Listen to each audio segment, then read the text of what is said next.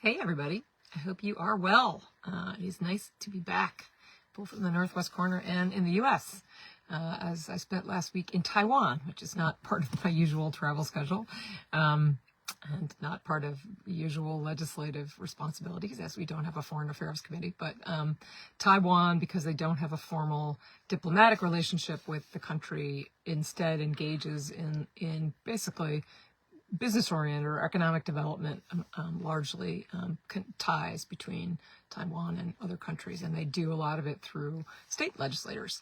And I was part of a regional delegation of legislators, a couple of legislators from New York, each from New York, Pennsylvania, New Jersey, and Connecticut. And we spent most of a week being tightly scheduled, going from ministry to ministry, and also eating some excellent Taiwanese food. Basically, getting a sense of them as a country, the first democracy in Asia. And they are, very proud of their country, and it's in a precarious moment right now with China threatening. China views Taiwan as part of its sovereignty. So there's a dispute there, but it was a really fascinating trip, and we are all looking for ways to develop. We're always looking for ways to develop business, and we're looking at a few Connecticut companies that have or are trying to build Taiwanese connections to particularly the Taiwan tech industry. So if you're aware of any, please let me know, because we'll be talking about that a little bit. But it is very nice to be back home and to get my head on straight in terms of what time zone I'm in, as it was a 12-hour time difference and a 16-hour flight, so that does take it out of you. But to bring us really back home, today is primary day, and I hope, if you haven't already voted, using either early voting or our new no excuse absentee ballot program, which is how I voted in the primary this year. There are primaries for both the Republican and Democratic parties.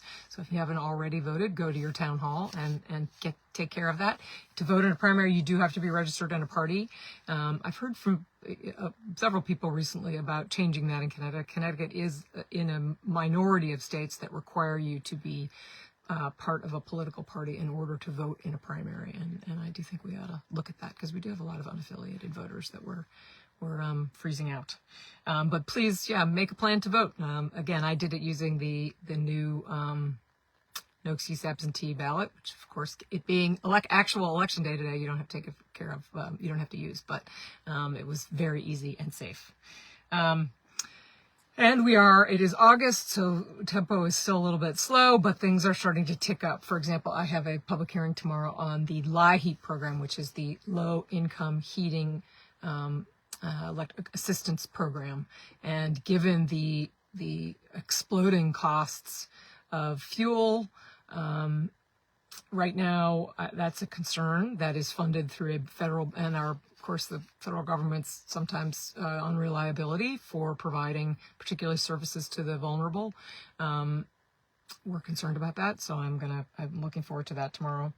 And I want to flag that it's, as those of you who have school-age kids are preparing for the start of school, it is sales tax-free week, starting on August 16th, Sunday, August 16th, and running through Saturday, the 22nd. We made some changes to that last year and raised the total to $300.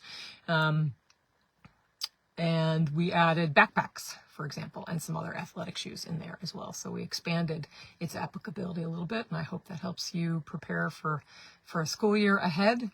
And I'll, be out and about in the district, and hope I get to catch up with people soon. Take care.